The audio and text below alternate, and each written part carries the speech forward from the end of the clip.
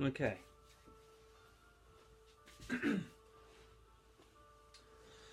Hello everybody, this is Charles1K92 here, also known as GM65, off on the PlayStation Store network. So, here we go, we're getting a little bit more closer now, not too far away to Kingdom Hearts 3's initial release.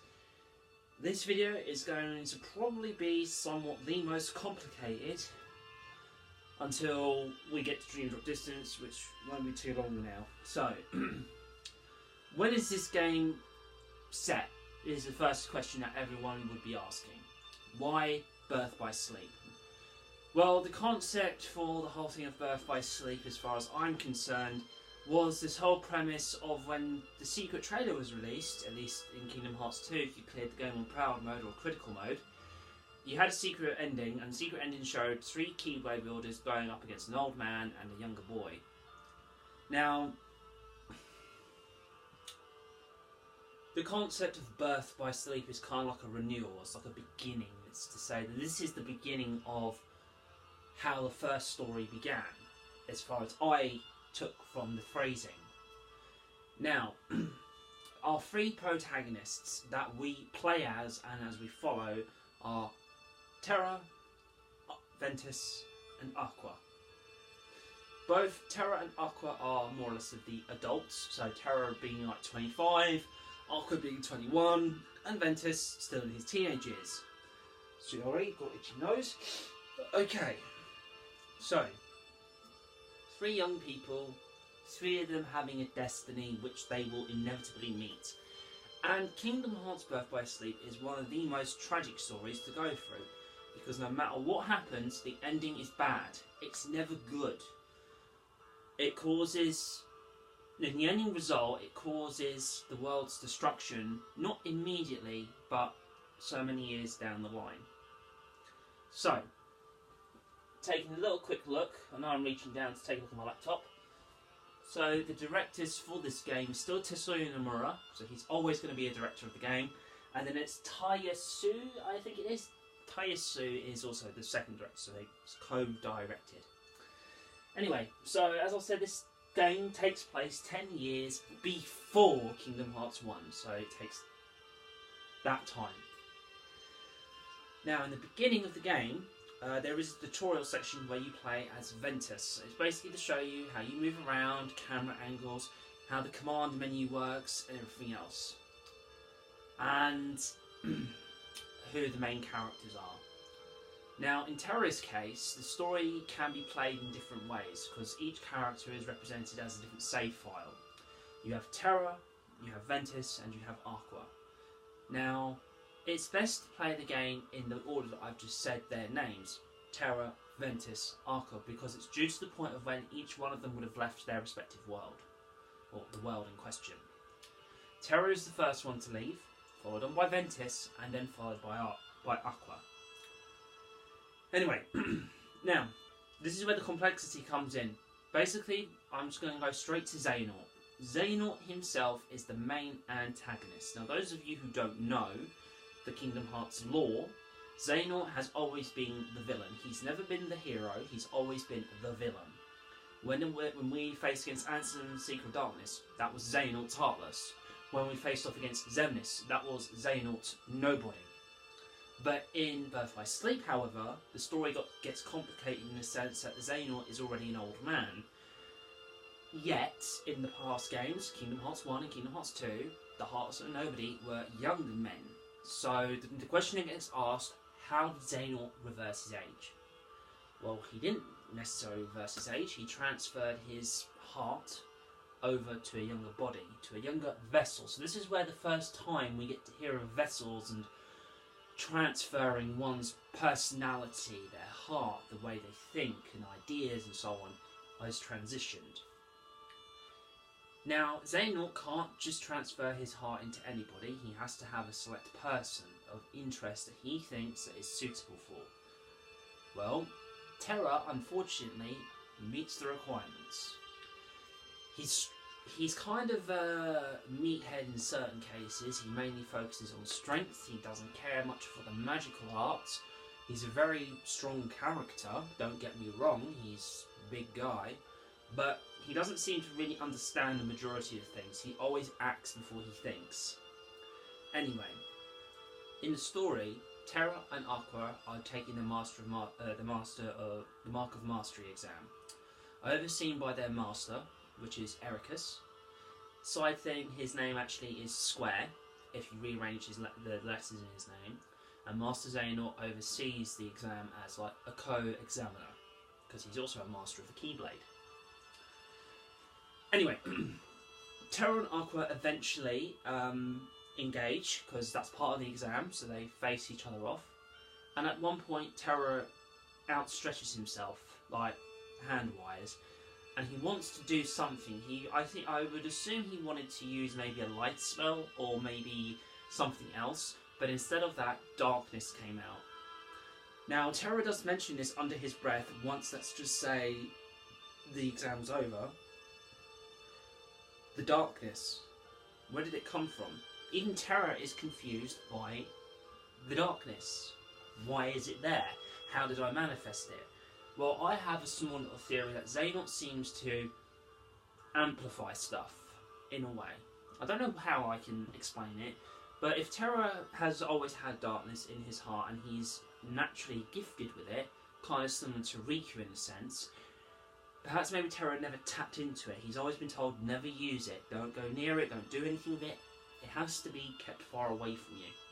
But I think when Xehanort's near and Xehanort's presence is, well, not, let's just say in the same room, doesn't have to stand next to you. But if he was over there and let's say I had a good connection with darkness but I never used it, and I've done an action which could provoke darkness to come out, let's say I get a bit angry or I get a little bit emotional because I'm allowing my emotions to take more of control instead of actual thought processing of logic. The darkness probably is more prone to the emotional side of things, as it's been known to do. And Xehanort might have influenced that. Once he can see that Terra has this darkness and it's quite, powerful enough, Xehanort then begins his ploy, and it's to use Terra to become his new vessel. Terra does exactly, technically, as he's told, to an extent. Now, there is a threat to the worlds. The threat is the Unversed, which are negative emotions that come out of Xehanort's new apprentice, which is Vanitas. And Vanitas is able to, if he feels upset, these Unversed come out. They are similar to Heartless, however they also share the same counterpart with the Nobodies. When you defeat them, they don't release any hearts, they just blow up, they just, whatever it is, they just get destroyed. However, every time you destroy it, it goes back to the original source, which is Vanitas, and Vanitas gains strength. Every single time that you beat the creatures that he leaves behind, the power that this creature would have already had goes back to Vanitas, but he also feels the pain, so it's like, I feel that, and then another version of that creature will come out. Now this plays into Ventus's side of the story when he has to face Vanitas, and it goes with the Aqua as well. But mainly focusing on Terra. Terra travels from world to world, and when he does this, he's trying to find where Xehanort has disappeared to, because he disappears after the exam. Once this is explained, Terra's mission is to go and find Xehanort, bring him back to the land of departure, which is the world where the Keyblade wielders go for training, and, then that'll be it, Terra will be made a master. It's mainly just a way to prove to his master Ericus that, if you do this thing and you can show that you can control yourself, then I will happily give you the rank and title of master.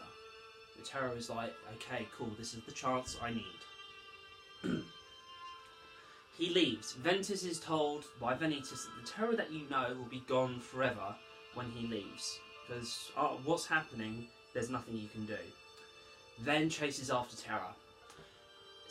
Master Ericus and the newly named Master Aqua tries to stop Ventus from leaving, but it's too late. Ericus then tells Aqua to go and get Ventus back, bring him home, because it's too dangerous out there for him. He's not skilled enough. Which technically is a little bit true. And then he tells Aqua this other thing. He's worried for Terra, he's concerned about him. Ericus always viewed Terra as a son, so he cares for him at that level. And he says, I want you just to keep an eye on him. If it looks like that he's going to do something wrong, just try to stop him. Don't hurt him, just, persuade him to stop. Now, Ventus travels to other worlds, Terra travels to other worlds, and so does Aqua. Terra causes more problems than he's solving. Ventus doesn't really do much to solve any problems that Terra does, except stand up for Terra if someone's making an accusation. And then Aqua is there repairing the damage. Sometimes it's Ven as well. But Maleficent is one of the probably few characters that helps tempt Terra further into darkness. And it's mainly stealing Aurora's heart, which was one. Another one was when Hades was doing the same thing. And I think Captain Hook, technically, he's a villain, and he persuades Terra to defend this treasure, which he does, unbeknownst to who the treasure actually truly belongs to. So Terra technically is always aiding the villains of the story to the extent, and Aqua is always aiding the heroes, and so is Ven.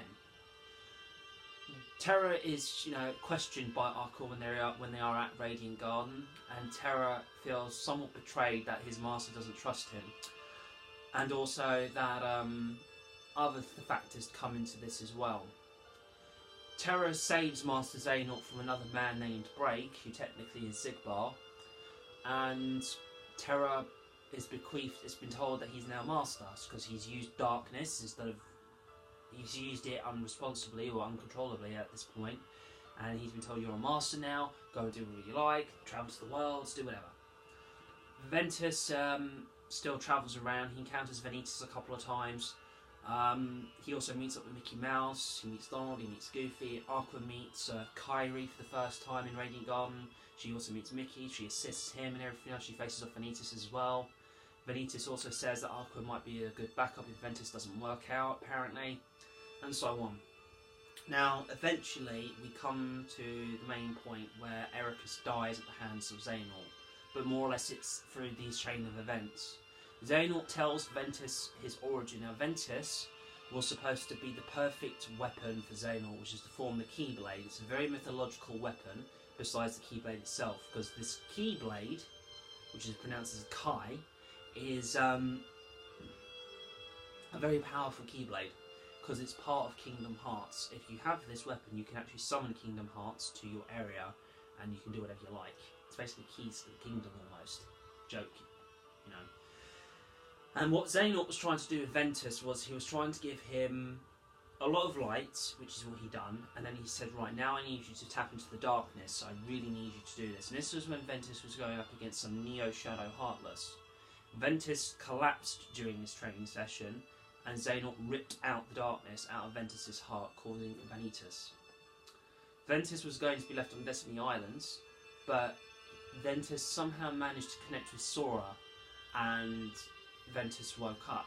He was in a zombified state and he needed to be healed, and Xehanort left him in the Land of Departure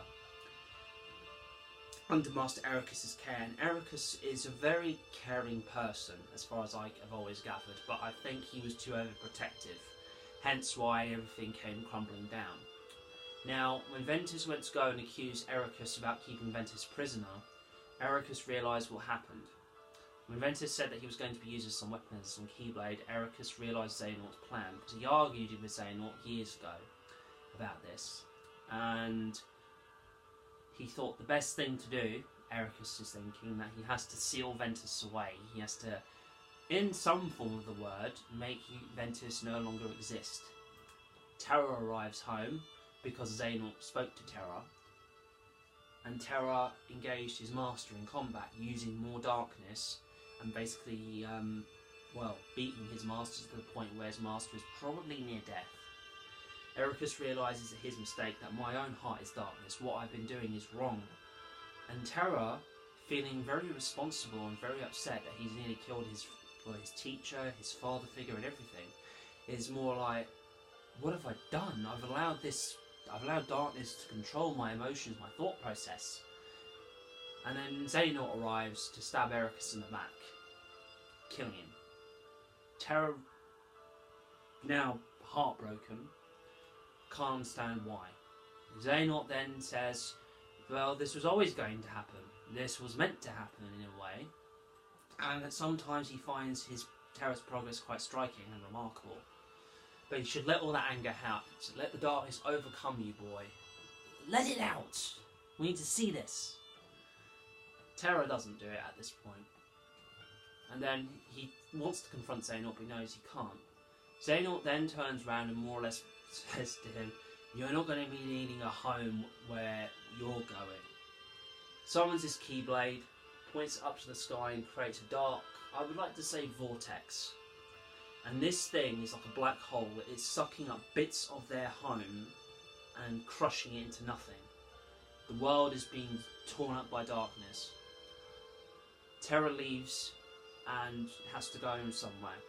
He arrives at Destiny Island and he sees a very small Riku, and he gives him the Keyblade ceremony, where in this hand take your key, and if one day if you have the makings, you will become a Keyblade wielder.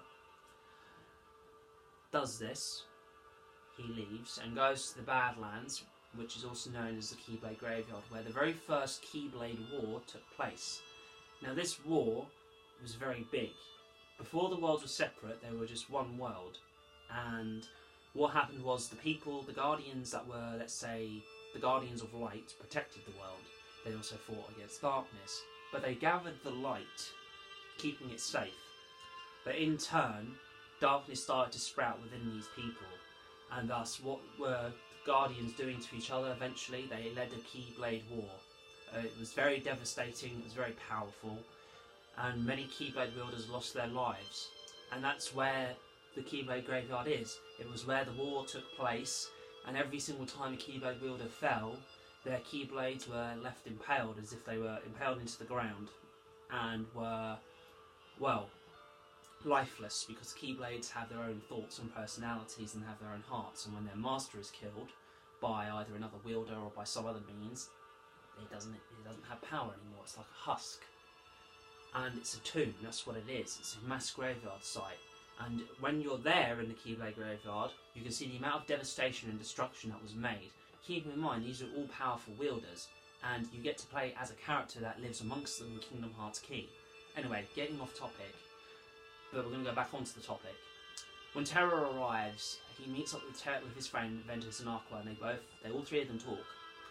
Terra feels bad about what he knows about Ericus. Ventus explains that if he faces Vanitas, he'll become a weapon, and Aqua wants to help her friends. They face Xehanort and his apprentice, which is Vanitas, and it doesn't go well. The end result is this, because I am cutting a load of stuff out, but the end result is this. All three of these people meet their demise at the hands, technically, of Xehanort, whether it be direct or indirect. Terra becomes the vessel for Xehanort, announcing him technically taking the name which is Terranort, which is what the fan base has called him, because it's really Terra's body with Xehanort's heart and mind possessing him. Terra's mind is now trapped within his Keyblade armour, which we know as the Lingering Will. It's a secret boss in Kingdom Hearts 2 Final Mix. Ventus has his heart destroyed literally by his own hands, and his body is left in a comatose state, like a dream state. And Ventus's small fragment of a heart that he has left went into Sora for safety, which Sora still has to this day. And as for Aqua, well, she sacrificed the most. She hid Ventus's body away and kept him safe within the castle that they called home, and transformed it into Castle Oblivion, which is why sub-reason why the organisation wanted Castle Oblivion, and the reason why they had it was technically to find Ventus, is partly the reason. Anyway, Aqua faced off Terranort. She won the fight, but Terranort had to be left in the realm of light. She sacrificed herself and she stayed in the realm of darkness to date. Terranort, now after, let's say, coming out of his coma, because he did after facing Aqua, was the only name that he could remember was Xehanort, and he was known as that while he stayed with Ansem the Wise, Braig, Dylan, Evan, Alalius and Ienzo. throughout those years of him staying there, his hair actually changed. Now, Terra's hair is quite unique. It's more spiky than being, let's say, cleaned. Not cleaned, but you know what I mean, like a smooth finish. And his hair starts to resemble more and more of Ansem the Seeker of Darkness's kind of look. But technically it's Xehanort's look, because a young Xehanort's hairstyle is much similar to, Ansem the Seeker of Darkness. If you Google them and you look at their hair design and styles, you'll see what I mean. And then eventually, the story that we know as Kingdom Hearts 1 would take place thanks to the hands of Xehanort himself. Or at least this apprenticed Xehanort is how I define them. So you had Master Xehanort, transferred his heart into Terra, which became Terranort. Terranort then falls unconscious and then chooses to be called as Xehanort, the apprentice to Ansem the Wise. And then this is what happens later on when he betrays Ansem the Wise. He takes up the name as Ansem and continues research that should have better been left forgotten, which is more or less dabbing into the hearts of people and the hearts of worlds. Mickey actually met this Xehanort. He never encountered Master Xehanort before, I don't believe, so he never knew what he looked like. He never met Terra either. But what he does know is that at the time when he met this Xehanort, this apprenticed Xehanort, he was actually speaking to Terranort. That's the technicality there. That's who he was talking to. Now, during the events of the time when Mickey, many years later, would go through the Data Worlds, and he was speaking with Naminé and Data Sora, he actually saw the people that were still hurting, and he saw Terra as he was. And I wouldn't be too surprised that Mickey can suss out, wait a minute, I met him. That was Terranort. That was, not Terranort, that was Xehanort, the apprentice that Ansem had. So he was Terra. That means that Xehanort was possessing him, so it connects the dots that way. But moving back, so Ventus lies unconscious and Aqua is trapped within the realm of darkness. And I think that is it. I think it is, at least. Now, that's why I say that this game, no matter what, the ending's never good. The bad guy will win. It just means that his plans are delayed. Xehanort even says as such to Terra while they're duking it out inside Terranort's body. Because how Xehanort describes it is this, that we're going to sort out this property venture that we're doing, because they're viewing Terra's body as a property. Like, who has the rights to control everything? And it's just like, well, and Terra explains the only reason why that I'm never going to let you have control of my heart is because that there's something that I'm keeping to, a promise that I've made. And Ericus is actually living within Terra's heart. So, like, Ericus's heart is a part of Terra's. So it's a bit, muddling with Xehanort's plans, and Xehanort doesn't mind. He says that this can wait, but I have other things that are happening. There are many other roads I can take to get what I want. Trust me. That's why he had Braig. Now, Braig, at some point in Kingdom Hearts Birth by Sleep, was, well, he got hit by Terra at some point in Radiant Garden, causing him to have darkness kind of like invade his core. It's the best way that I can put it, or his heart.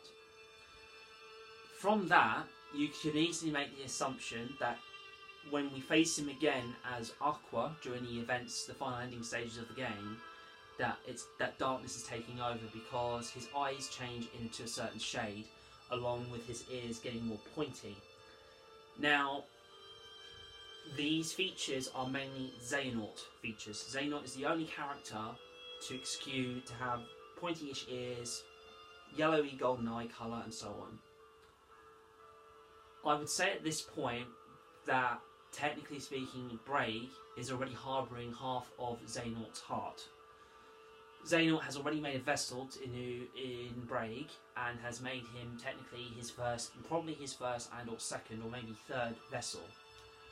Vanitas himself has the same eye colours as Xehanort. As for the ears, it's hard to say because I'm not sure if we can actually see them. I'm not too sure, I don't want to say that it is or isn't. But these are key traits. They're not symbols of darkness, they're just symbols to say that this person is being influenced by Xehanort, one way or another. Now, Terra's transformation is a good example for me to turn around and tell you how and why certain people become vessels. We never truly get to see how the transformation takes place, but the best example is Terra. When Terra is made to become a Xehanort vessel, to become Terranaut, Xehanort forces his heart to go into Terra's. And what happens is it's like a hostile takeover, like an infection. It spreads very rapidly. Now, when Terra activates his Keyblade armour, the armour obviously surrounds Terra, and the main function is to keep darkness out. But because by the time he activated, the heart already was in, and Terra slowly changed. Now when you look at the armour, because the camera pans back, and you see Terra stunned, as if like, my god, what's going on? Xehanort's taking possession, it's freezing his body, making sure he can't do anything. But if you notice, you can see darkness is actually leaking out the armour. It's not penetrating it, because it's already inside, it's trying to worm its way out, to kind of like break free, but it can't. So inside the armour, if you could have, let's say, an X-ray, all you probably see is it is technically a certain form of darkness, but it's not darkness, is the best way to put it. Because it's Xehanort's darkness, it's his darkness, it's not the actual element itself. So, Xehanort takes possession, and after the transformation is complete, Terra's armour is like, it's collapsing because its original owner doesn't exist anymore. It's now Xehanort. And when Terra looks up, you can see the hair has been bleached to Xehanort's colouring, which is a silver, white, grey, and Terra's blue eyes are replaced with a yellow, golden eye. And this eye is to signify that he is now Xehanort. That is the best description to say when someone is possessed. Now, moving on to someone like Aqua and her situation, yes, she's trapped in the realm of darkness. She's fighting against the darkness at every turn. And her fate is even the most tragic, because she's stuck there, she can't leave. Especially when she finds out that the worlds have now fallen to darkness, because through her venturing in the realm, she comes across the Castle of Dreams, the Dwarf Woodlands, and Enchanted Dominion. And then she eventually comes across Destiny Island later on. But that will be mainly for 0.2 Birth by Sleep when I get into a discussion about that. And that will be the last game that we talk about, because that will be on the final week. So, what comes after Birth by Sleep, just to kind of round off? Well, we have Kingdom Hearts Dream Drop Distance. This is where the story will get a little bit more complex to an extent, I think. I've tried to somewhat narrow it down as best I can. If I have missed anything out, then you can go ahead and say I've missed a load of stuff out.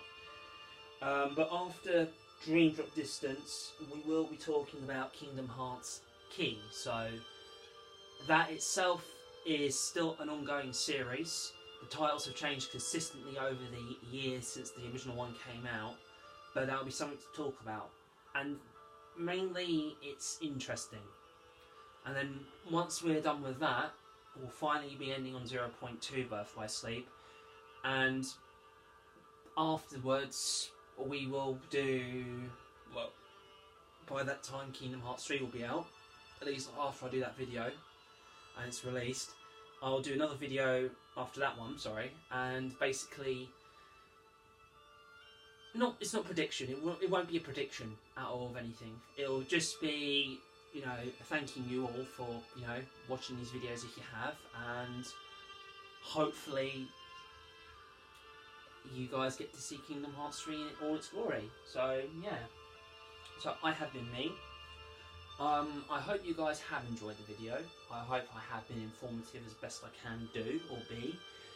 Don't forget to leave a little like, so don't forget a thumbs up or a thumbs down. Doesn't really bother me as much, because I know that means you either liked it or you didn't like it at all. Don't forget to subscribe if you want to find out more about these videos when they get out. There's a bell icon as well. So yeah, we're now there. The song's finished. All done. Dusted. So thank you very much. Cheers.